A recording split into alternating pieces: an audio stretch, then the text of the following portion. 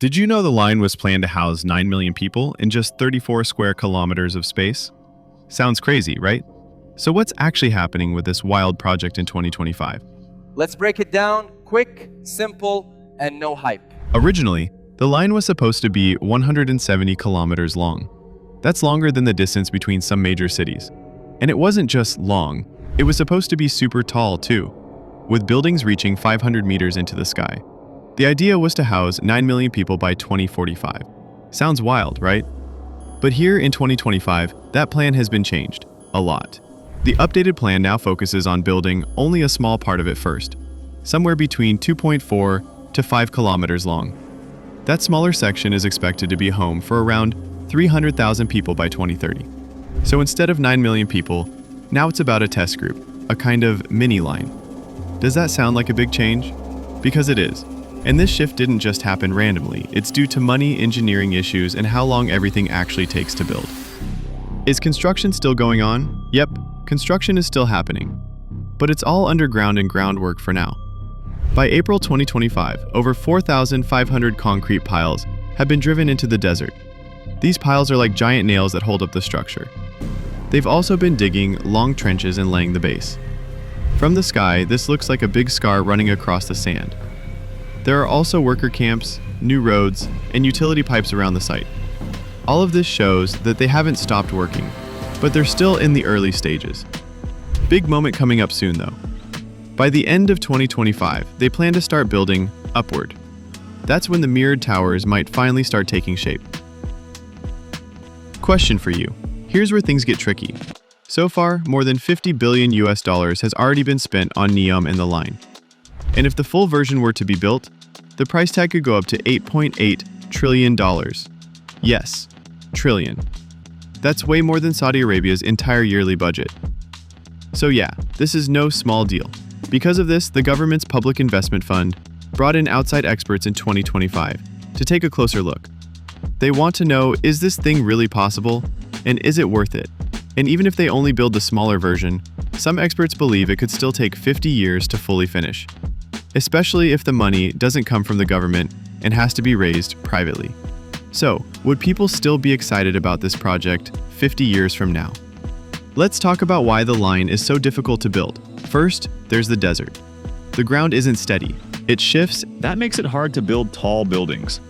Engineers have to use special techniques to keep everything stable. Second, the whole city is supposed to be mirrored and 500 meters tall. That's taller than most skyscrapers. Now, imagine keeping that structure standing in the middle of a desert. There were also plans for water desalination, to turn seawater into drinking water. But even those have been changed. They expected millions of people to live there, but since that number's been cut down, the demand for water is lower than first thought. It's like a big puzzle, and every piece costs a lot of time and money. Now let's talk about some of the stuff that doesn't make it into the promo videos. The land set aside for the line has long been home to the Huaytat tribe. In 2020, forced evictions began, pushing thousands into displacement, often with no proper housing or fair compensation. The situation escalated dramatically.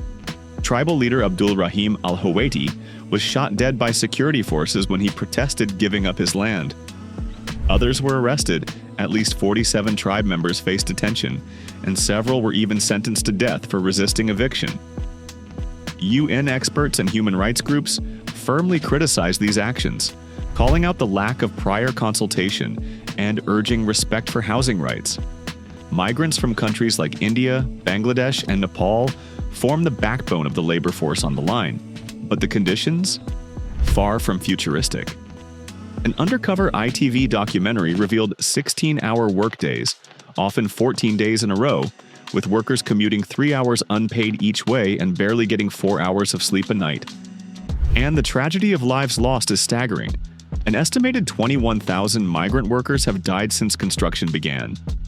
Human Rights Watch and other watchdogs cite abuses across the board: illegal recruitment fees, wage theft, restricted job mobility, grueling hours in extreme heat, unexplained and uninvestigated deaths. Heat exposure is a big risk. Despite safety efforts, midday work bans often went unenforced, and workers frequently fainted on site. Reports also highlight dangerous workplace conditions. The Wall Street Journal described incidents including gang rape, suicides, and weak emergency responses. In one case, a worker named Abdul Wali Khan was fatally crushed by a falling metal gate. His family struggled for weeks to get his body back because the incident wasn't formally logged, highlighting issues in reporting and accountability. Official numbers may understate the problem. Some deaths probably go unreported or misclassified. So, this is the thing. The line has been painted as a groundbreaking green utopia, but behind the scenes there's criticism for how the project treats both its indigenous residents and its workers. Communities are losing centuries-old homelands. Workers are laboring under brutal conditions, and safeguards meant to protect them are often ignored or poorly enforced. It raises tough questions. Can a high-tech dream city be built ethically? And should progress come at such a human cost? Is it acceptable to pursue dazzling, futuristic projects when they're built on suffering and injustice? What about the environment? The line has been marketed as a super green, eco-friendly place. A city with no cars, no roads, and powered by renewable energy. But it's not that simple. Building a massive line of concrete across a desert changes the local ecosystem. Animals lose their natural habitats. Plants might stop growing. Some experts even worry it could change weather patterns in the area. So yes, it's car-free, but that doesn't automatically make it environmentally perfect. Greenwashing or genuine sustainability? That's still up for debate. Saudi Arabia is still calling the line a priority project. They haven't canceled it, even with all these changes and problems. Instead, the strategy now is to build it bit by bit, like modules. First, they want to prove it works on a small-scale good infrastructure, smart design, clean energy, and then grow from there. The smaller version of the line is meant to be a proof of concept. If it works, they can use the same ideas to expand later. Will it work? No one knows for sure yet. So here's where things stand now. The line isn't canceled, but it has definitely been scaled back. Instead of the full 170 kilometers, only a short stretch, around 2.4 to 5 kilometers, is currently being developed. The plan is to house about 300,000 people in this smaller section by 2030. Most of the work so far has focused on underground construction, like piling, trenching, and laying foundations. The eye-catching mirrored towers that were heavily promoted? Those might finally start rising by the end of 2025. The line has hit major roadblocks. Budget issues, engineering problems, and human rights concerns have slowed everything down. Saudi Arabia still calls it a priority, but the timeline and costs are way off track. Will it ever be finished, or is it just too big of a dream? Let us know what you think. Thanks for watching, and don't forget to like, share, and subscribe for more.